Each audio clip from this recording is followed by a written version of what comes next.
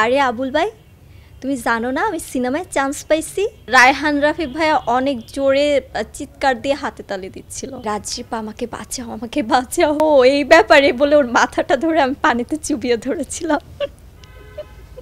আমি নিজেও বহুরূপী। দুইটা সিনেমা দুই ক্যারেক্টার তো ডিফারেন্ট। একটা হচ্ছে অ্যাকশন সিনেমা মুক্তিটা, ওইখানে আমাকে অ্যাকশন লুকে দেখা যাবে। তো আর ময়না হচ্ছে সুবিধাবাদী একটা নারীর গল্প। মানে সুবিধাবাদীটা যদি বাদ দিই তাহলে একটা গ্রামের মেয়ে, অনেক মিষ্টি একটা মেয়ে, যেখানে তার প্রেমে পড়ে অনেক পুরুষ, বা ময়না নিজেও অনেক প্রেম করে সিনেমার গল্পে।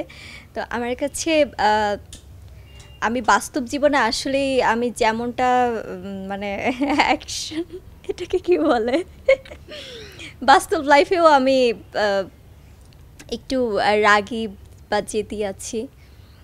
অ্যাকশন ব্যাপারটা আমার মধ্যে কাজ করে, এবং সুইটনেস যে ব্যাপারটা, তো সেটাও আসলে আমার মধ্যে কাজ করে। তো দুইটা ক্যারেক্টারই আমি আসলে ধারণ করি।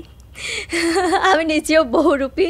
আমার ময়না সিনেমাতেও আমি বহুরূপীর ক্যারেক্টার প্লে করেছি।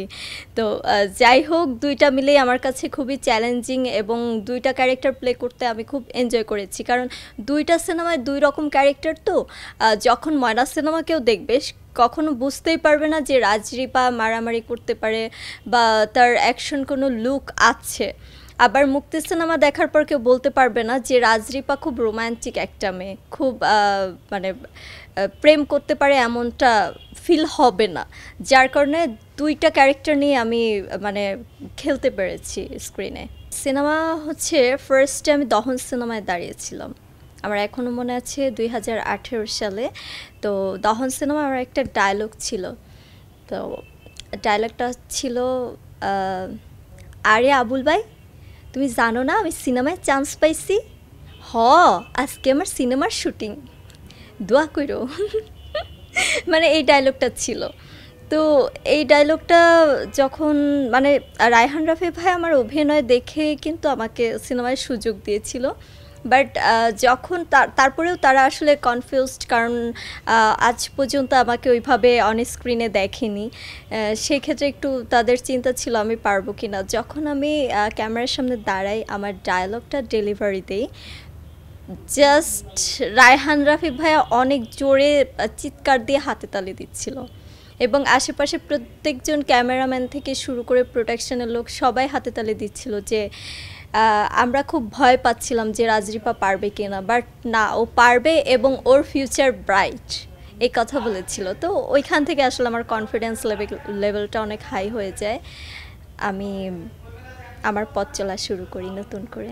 ময়না সিনেমার শুটিং চলাকালীন একটা ঘটনা ঘটেছিল। সেটা হচ্ছে, আমার একটা সিন ছিল, আমি নৌকা চালাচ্ছি, আমার যে হিরো আছে সে আসলে নৌকার কাছে আসবে, বাট কপাল খারাপ যে হিরো সাঁতার জানে না। তো ও এসে মানে মানে একটু পাড়ে এসে আমাকে বলতেছে, রাজরিপা আমাকে ধরো। মানে একটু যখন সামনে আগাচ্ছে তত গভীরতাটা বাড়ছিল পানির। তো একদম আসলে ও কি করছে, আমার নৌকা ধরে ঝুলেছিল, যে রাজরিপা আমাকে বাঁচাও আমাকে বাঁচাও, আমি কিন্তু সাঁতার জানি না। আমি বলছি, ও এই ব্যাপারে বলে ওর মাথাটা ধরে আমি পানিতে চুবিয়ে ধরেছিলাম। এটা ছিল অনেক মজার একটা স্টোরি। এটা আসলে না দেখলে বিশ্বাস করা যেত না।